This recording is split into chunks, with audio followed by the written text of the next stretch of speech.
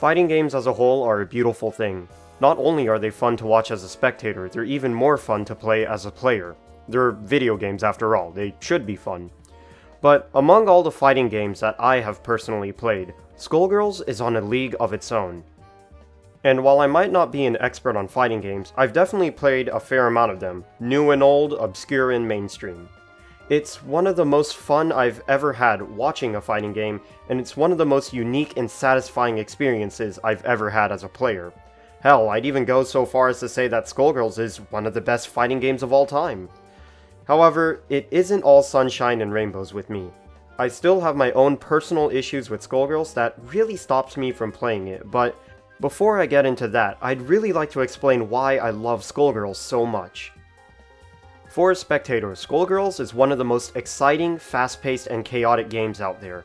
After all, you've got up to 6 characters on the screen at any given time, all scrambling for a game-defining hit.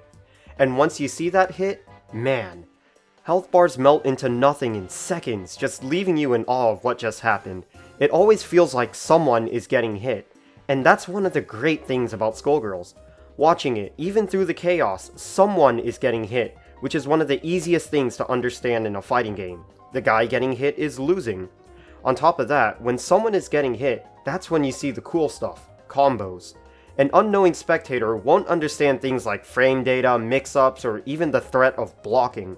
Skullgirls tends to actively avoid the downtime of blocking with its health-destroying combos.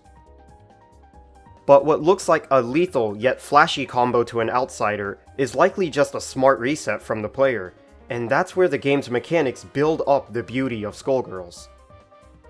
First and foremost, an observant spectator might notice that even though a health bar turns entirely to red, the combo counter doesn't seem to keep going up. And that's right, that's what resets do, they're purposefully dropped combos.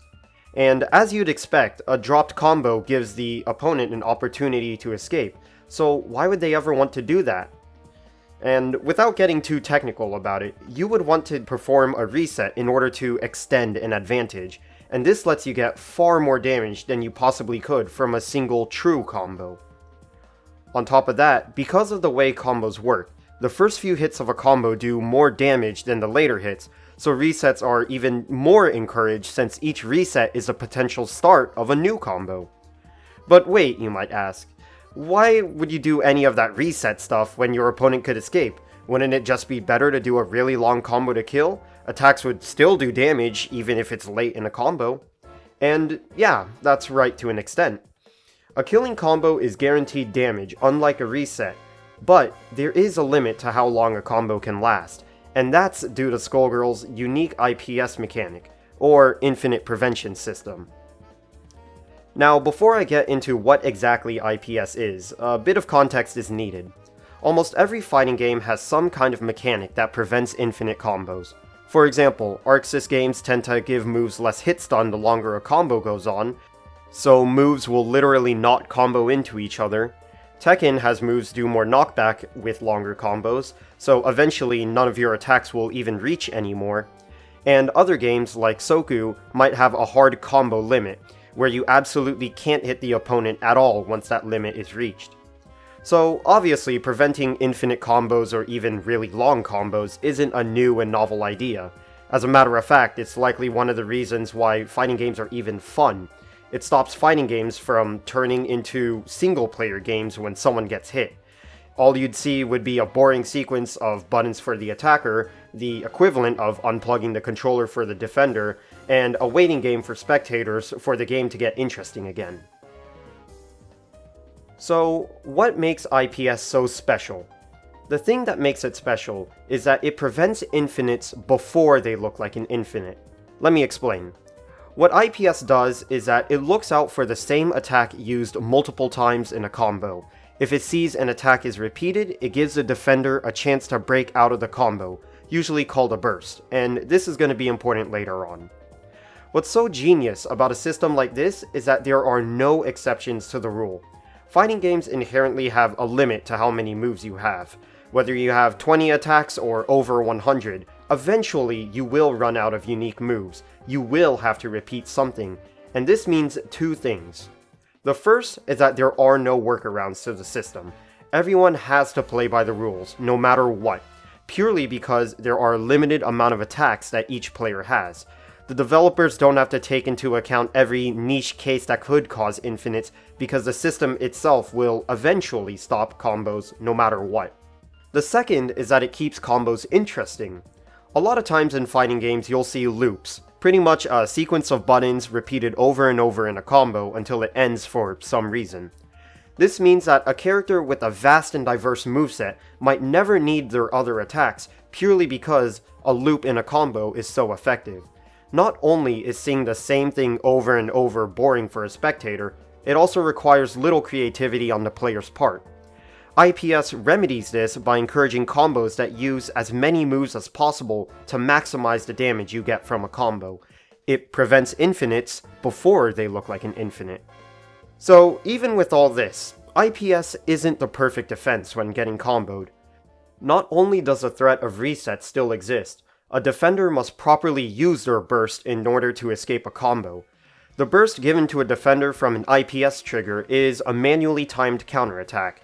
The most reliable way to escape a combo with it is to actually hit the person comboing you. As a result, IPS encourages both players to think about their actions. An attacker who carelessly triggers IPS might get bursted out of a combo, but a clever attacker might purposefully trigger it outside of the burst range, giving them the opportunity for a new combo with no way for the defender to escape it. However, an equally clever defender might delay their burst or not burst at all, using their unexpected timing of the burst to escape the combo or even get a full combo of their own. This rock paper scissors scenario is one thing that players have to constantly consider at higher levels, and it leads to extremely diverse and varied gameplay. So with all of this said, why exactly do I love Skullgirls? It's because it encapsulates everything that a perfect fighting game is to me. Anyone who's looking at the screen is having fun. Inexperienced spectators get to look at flashy, chaotic gameplay with varied combos and extreme damage. Experienced spectators can acknowledge and praise players for their creativity for using game mechanics on top of playing the game of, did I block that mix? And finally, players are constantly aware and alert. They're still playing the game whether they're attacking or defending. Attackers have to be creative and open-minded. They have to look for new reset opportunities and manage their combos to not trigger IPS when they don't want to, while still maximizing damage as much as they can. Meanwhile, defenders need to keep an eye out for resets, since they're not out of the game until they're dead. An IPS trigger or a new reset could be the exact opportunity they need to turn the game around. There's more to do while getting hit aside from putting the controller down and waiting for the end of a combo. And for me, personally, being both a spectator and a player is an extraordinarily unique experience. As a spectator, I can't get enough Skullgirls content. Every new tournament or stream, there's some crazy new reset or combo that I never knew was possible. There's almost no end to the sheer amount of new things to see in Skullgirls. And as a player, Skullgirls is the absolute best at keeping fighting games interactive for me. There's always a new combo or reset idea to try out, and there's always a need to watch my opponent even while they're hitting me. On top of all that, thanks to the game's mechanics, Skullgirls is the absolute best at turning my intentions into actions. Motion inputs are simple, just quarter circles, DPs, down-downs, and very generous full circle inputs. None of that crazy half circle back forward or pretzel nonsense that needs lab time just to do the move itself. In addition, moves always do what you expect them to do. The lack of other mechanics to prevent infinites makes combos and creativity easy. No hit stun decay to ruin links, no knockback increases to make me whiff, no hard limits to tell me when to stop. Just don't push the same button twice. Everything about Skullgirls makes it so fun to watch and so much fun to play.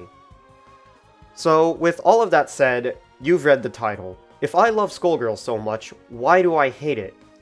Simply put, I don't hate Skullgirls, I hate resets. I completely and utterly despise resets.